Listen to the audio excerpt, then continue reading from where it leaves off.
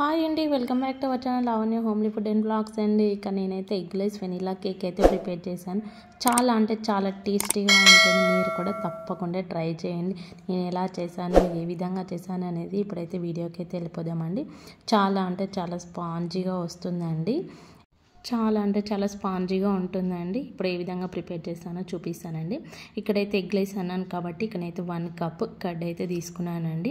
అలాగే half cup flavour less oil అయితే తీసుకోవాలండి. ఫ్లేవర్ ఉన్న ఆయిల్ అయితే తీసుకోవద్దు. సో ఇక్కడ 1 కప్ షుగర్ పౌడర్ అండి. షుగర్ని మిక్సీ చేసుకున్నాను. సో ఇవి 3 మనం ఇలా మెజర్మెంట్స్ తోటి తీసుకోవాలండి.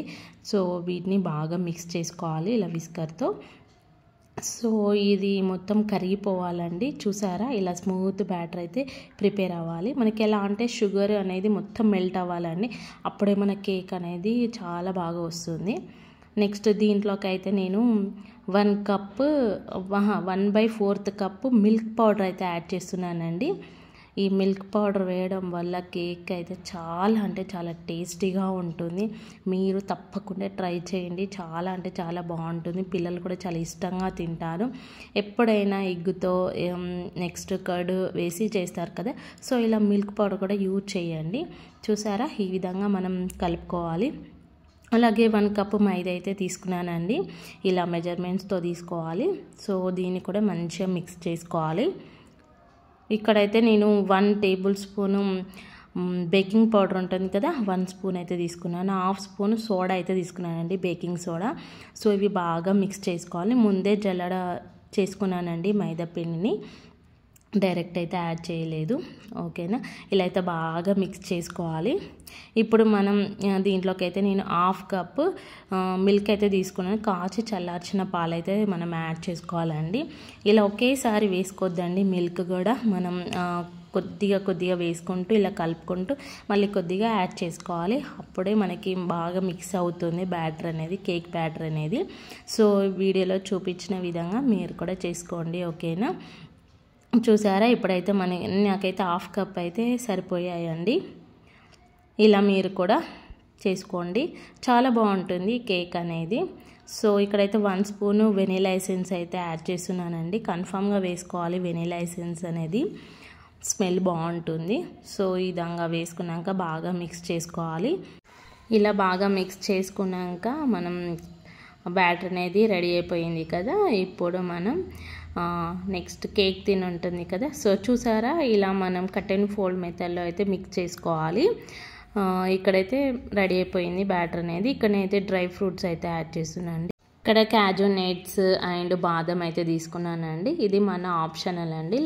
ఇవి కాకుండా మనం టూటీ ఫ్రూటీ కూడా వేస్తే బాగుంటుంది. నా దగ్గర అయితే అవైలబుల్గా లేవు అనేసి నేనైతే డ్రై ఫ్రూట్స్ అయితే యాడ్ చేశానండి. ఇక్కడ వచ్చేసి నేను కేక్ తిని తీసుకున్నాను. ఇలా లవ్ షేప్ ఉన్నది తీసుకున్నానండి. సో దీంట్లో ఒక 2 డ్రాప్స్ అయితే మనం ఆయిల్ వేసుకొని బాగా స్ప్రెడ్ చేసుకోవాలి.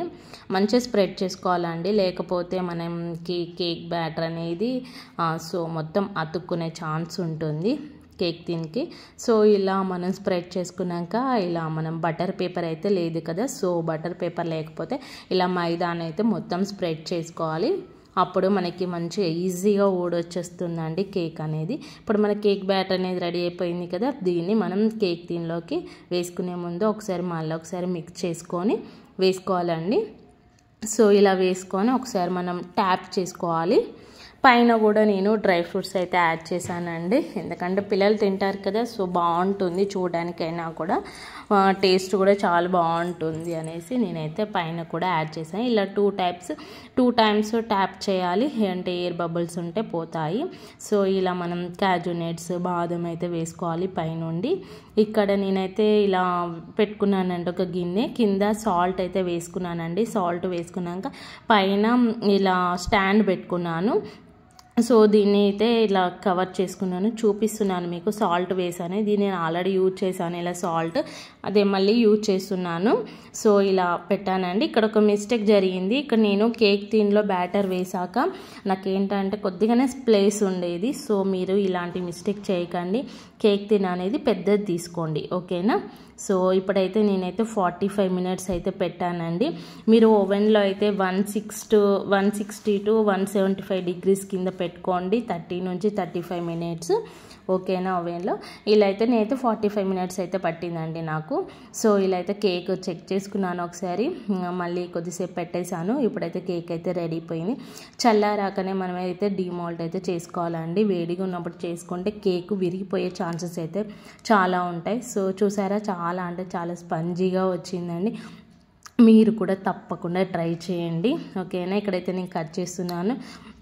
మీరు ట్రై చేసి ఎలా వచ్చిందో నాకు కామెంట్ బాక్స్లో కమెంట్ చేయండి, ఓకేనా. చాలా అంటే చాలా బాగుంది. ఎందుకంటే మనం మిల్క్ పౌడర్ అనేది యూజ్ చేసాం కదా, అందుకే ఇంకా చాలా అంటే చాలా టేస్టీగా ఉంటుంది. చూసారా ఎంత బాగా వచ్చిందో కేక్ అనేది.